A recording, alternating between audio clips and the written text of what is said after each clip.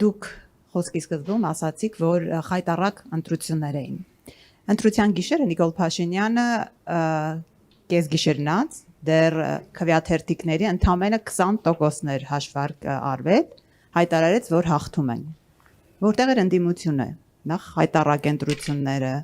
20% հաշվարկից հետո իշխանությունը կանգնում եւ համարձակորեն ասում է, որ ինքն է հաղթողը եւ վերջ։ Բայց մենք չտեսանք դրանից հետո ընդդիմադիր որևէ հավաք ցույց, չտեսանք այդ գիշերը, չտեսանք հաջորդ օրերին, որտեղ է ընդդիմությունը։ Այդ օրերին ինչու չէր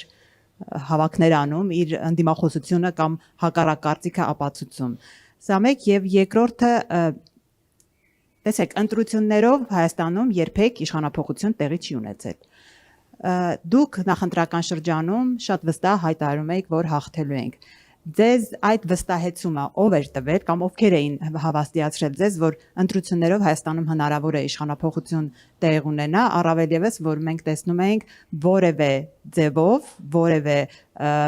այսպես ազդակ չկար, որ իշխանությունը Նիկոլ Փաշինյանը պատրաստում է ազնիվ արդար ընտրություններ անցկացնել, բոլոր ազդակները հակառակի մասին էին ապացուցում եւ հազիվ թե Նիկոլ Փաշինյանը տարբերվեր իր ազնվությամբ ընտրությունների թափանցիկությամբ նախորդ իշխանություններից։ Ուրեմն ինչու եք այդքան վստահ եւ հիմա արդյոք, երբ որ հետահայաց նայում եք, չեք կարծում, որ իսկապես ճիշտ էին այն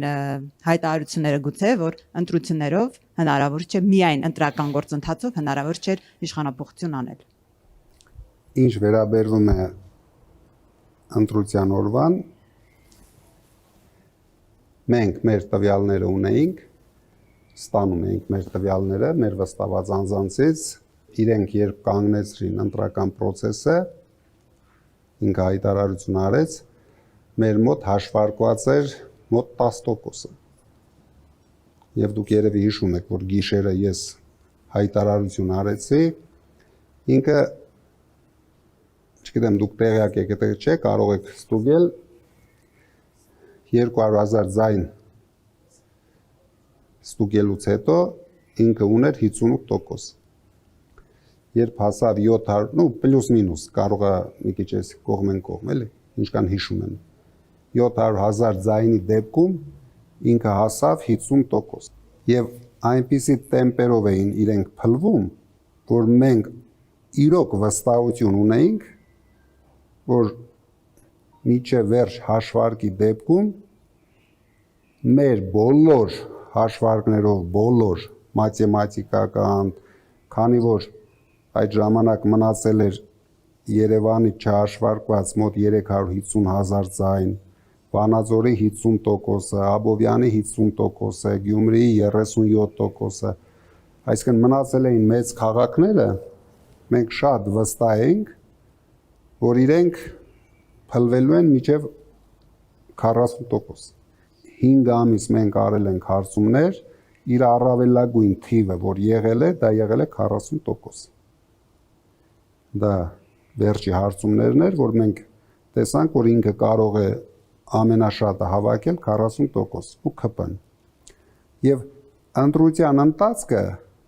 հենց այդպես էլ գնում էր։ Նույնիսկ գյուղերում իրենք փլվեցին միջև 50%։ Ու շրջաներում ես նկատի ունեմ։ Բայց դրանից հետո մոտ 800,000 ձայն հաշվեցին, իրենք ընդամենը 0.5% իջան ներքև։ Այսինքն սա նոնսենս է, այն էլ Երևանում հավաքած ձայներով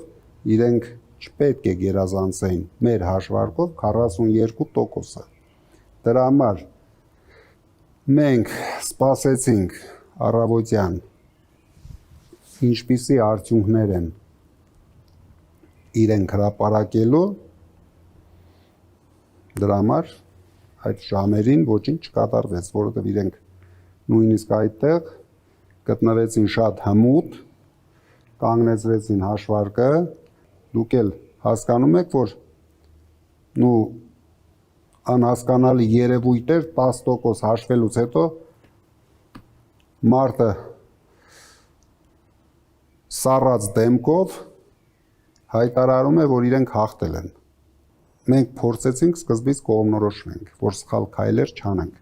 Կարող էինք սխալ քայլեր անել, երկիրը տանել ցնցումների, բայց դրանից հետո բոլորը մեզ մեղադրեին, որ մենք տարանք երկիրը նոր ցնցումների եւ նորից չհասանք արդյունքի։ Ոչինչ չի վերջացել, համար պայքարը շարունակվելու է, գրագետ պայքարը շարունակվելու է եւ ես վստահ եմ, ինչ մենք ասել ենք նախընտրական process-ների ժամանակ, դա լինելու է։ Ձեր խոսքում վերջերս դատարանի առաջ դուք մի այսպիսի արտահայտություն եք արել, որ նաև ձեզ ինչ-որ առումով խաբեցին ոմանք։ Ուզում եմ հասկանալ ում մասին էր, ովքեր են ձեզ խաբել եւ գուցե մեծ ակնկալիքներ են ձեզ խոստացել, բայց հակառակն է տեղ ունեցել։ Չէ, դա ընդամենը մի էպիզոդ էր, որ մենք հավատացինք, որ 1.5 միլիոն ձայնը մեզ տալիս է բացարձակ առավելություն, բայց մեր թիմակիցները բոլորը հիշում եք արագ էֆիրում սկսեցին հնչեցնել 1.5 միլիոնի մասին, մարդկանց լսեցնել տվեցինք այդ 1.5 միլիոնի մասին, ինչը հնարավորություն տվեց Փաշինյանին անել իր սև գործը, որտեղ եթե մասնակցությունը ցածր լիներ, իր հնարավորությունները մի քիչ ավելի սահմանափակ կլինեին։ Այդ սև գործը անելու Այս ընթացքում ես լսել եմ այդպիսի տեսակետ, հիմա հերքեք կամ հաստատեք, ասում եմ, որ քանի որ դուք հայաստանյան իրականության մարդ չեք, այսինքն քաղաքական գործունեություն ծավալելու համար լավ չեք ճանաչում եւ հայ հանրությանը եւ նաեւ քաղաքական դաշտին։ Նայեք, մեզանից բացի, եթե Փաշինյանին հանենք 18 քաղաքական շատ լավ ճանաչող ուժեր, տասնյակ տարիների փորձ ունեցող ուժեր մասնակցում էին նախընտրական փուլին։ Եվ այդ բոլոր ճանաչող ուժերը ընդամենը մեզանից բացի մեկ քաղաքական ուժ կարողացավ հաղթահարել շեմը։ Այդ քաղաքական ուժից մենք մոտարապես 2.5 անգամ ավել ձայներ ենք հավաքել, չճանաչելով, չունենալով նորից եմ կրկնում, ոչ մի մեդիա ռեսուրս, 0, դուք բոլորդ գիտեք, 0 մեդիա ռեսուրս, ոչ մի ուրիշ հնարավորություններ, միգուցե մենք էինք շատ լավ ճանաչում քաղաքական դաշտը եւ մեր ժողովրդին, որովհետեւ եթե մենք չունենայինք այդ փորձը, այդ հնարավորությունը, այդ տաղանդը, միգուցե մենք հիմա հավաքած կլինեինք 1-2%։ Դրա համար միշտ ձեր այդ թեզը, որ մենք ունենք փորձ, չունենք փորձ, Փորձը չճանաչենք ասում եմ։ Դե եթե չճանաչեինք, դուք վստահ եղեք, մենք չենք պարտվել։ Ես ձեզ նորից եմ ասում, մենք չենք պարտվել այս ընտրությունները։ Այս ընտրությունների արդյունքները, երբ իսկական մենք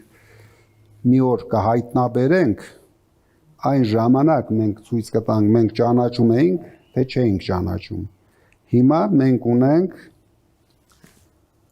բոլոր դեպքերում ընդդիմադիր ուժերից առավելագույն ցուցանիշը։